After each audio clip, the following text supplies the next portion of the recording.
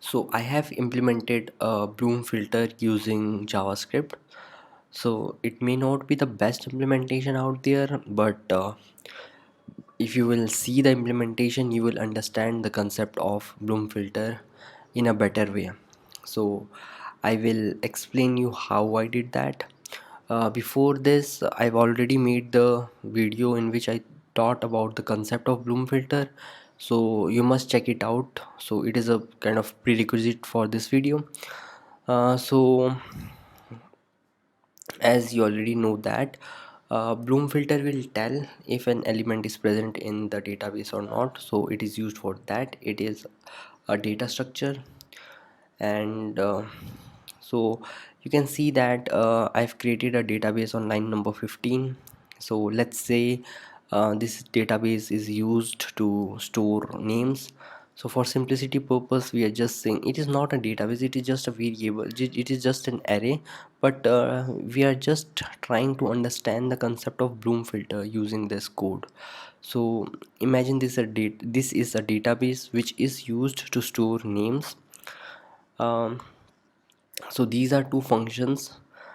This function is used to insert into the database, and this function is used to check if the data is present in the database or not. So these are two functions. We will be looking at how these functions are implemented.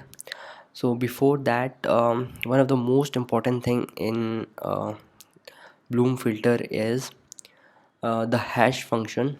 So we are using some external library for this hash function, which is murmur hash. So this is the murmur hash. We have required it, we have imported it, installed, imported it, and we are requiring it.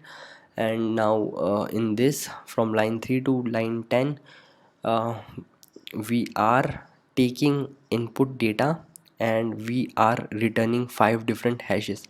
So we will see what is happening. So I will just give a brief about what happens in the bloom filter. I will just tell about the process. So let us say there is a data which we have to put inside a database, but before that we have to mark the database in the bloom filter as well. So we take the data, it can be a string. So we pass it with we pass it in a hash function, and hash function gives us some integer. That integer can be huge. It cannot be represented in array most of the times if it is huge. And if the number is greater than the size of the bloom filter, we cannot represent it in the bloom filter.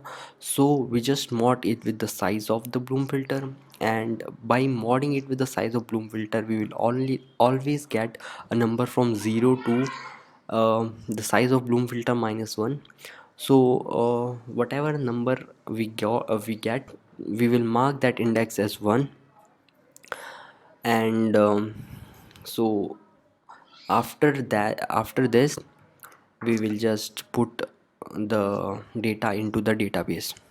So this is just a brief. So uh, now I will explain how this code works. So you can see on line 12 I have declared the size of bloom filter, which is 100. So it can be any size.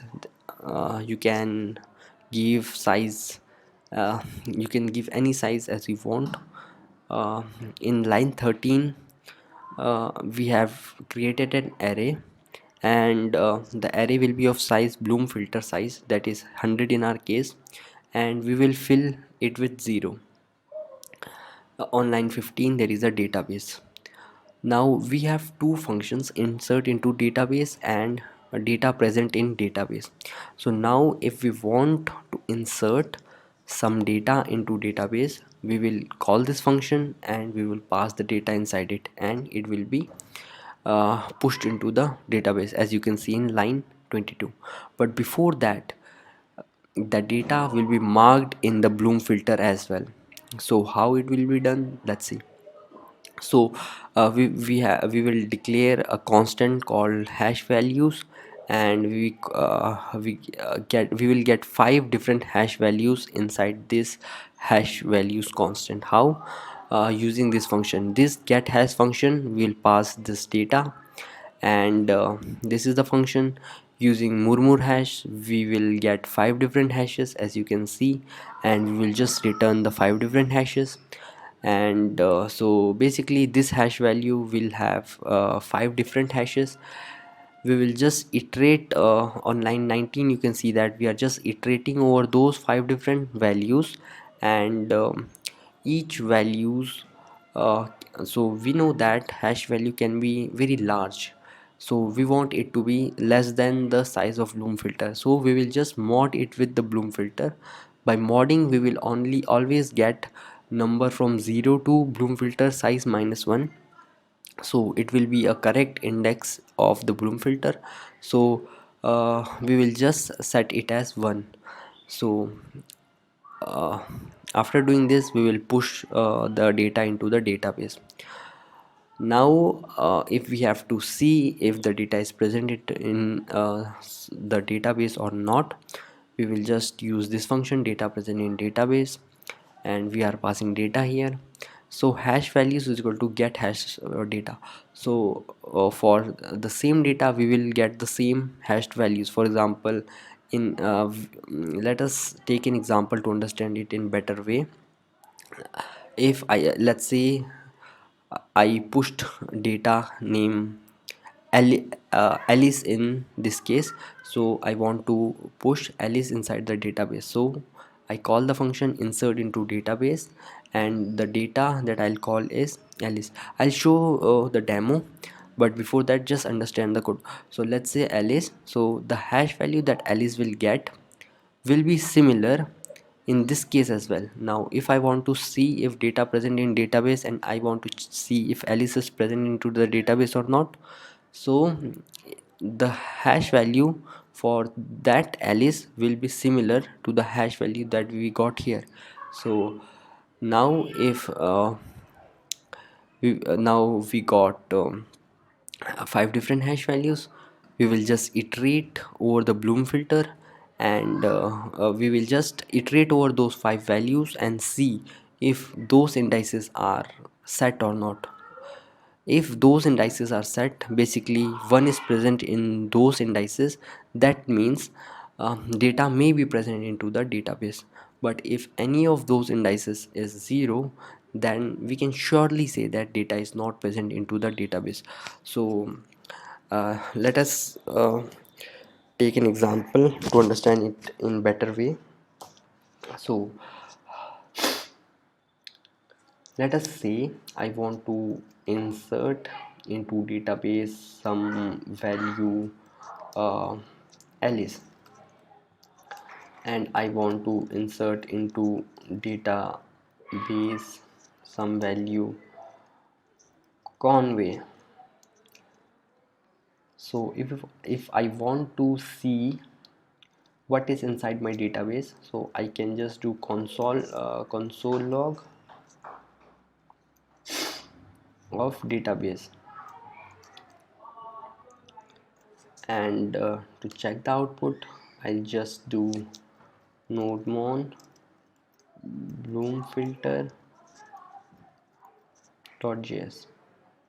So you can see that Alice and Conway is present in the database or not. So now if I want to see if Alice is present in database or not, so data present in database, and I'll write Alice. So you can say Alice may be present in the database. You can see this. So this we can do using bloom, this we are able to do using bloom filter. So if I want to check if data present inside database, and if I'll do Bob, now what, let's see what it will say. So it is saying Bob is surely not present into the database. So as we already know that bloom filter is uh, the as we already know that bloom filter is false positive, but it is not false negative.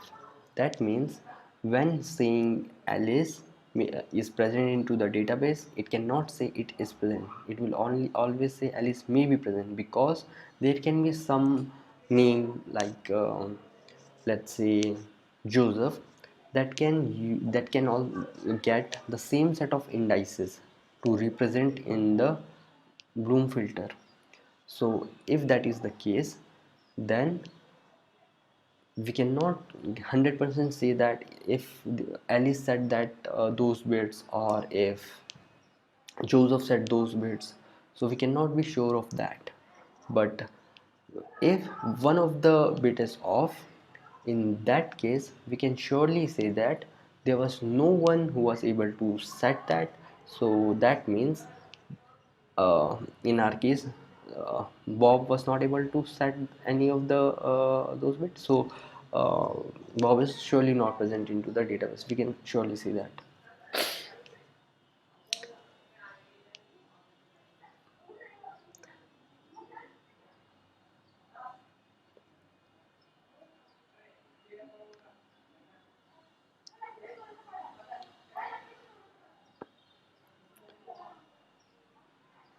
So this is all about the implementation of Bloom filter.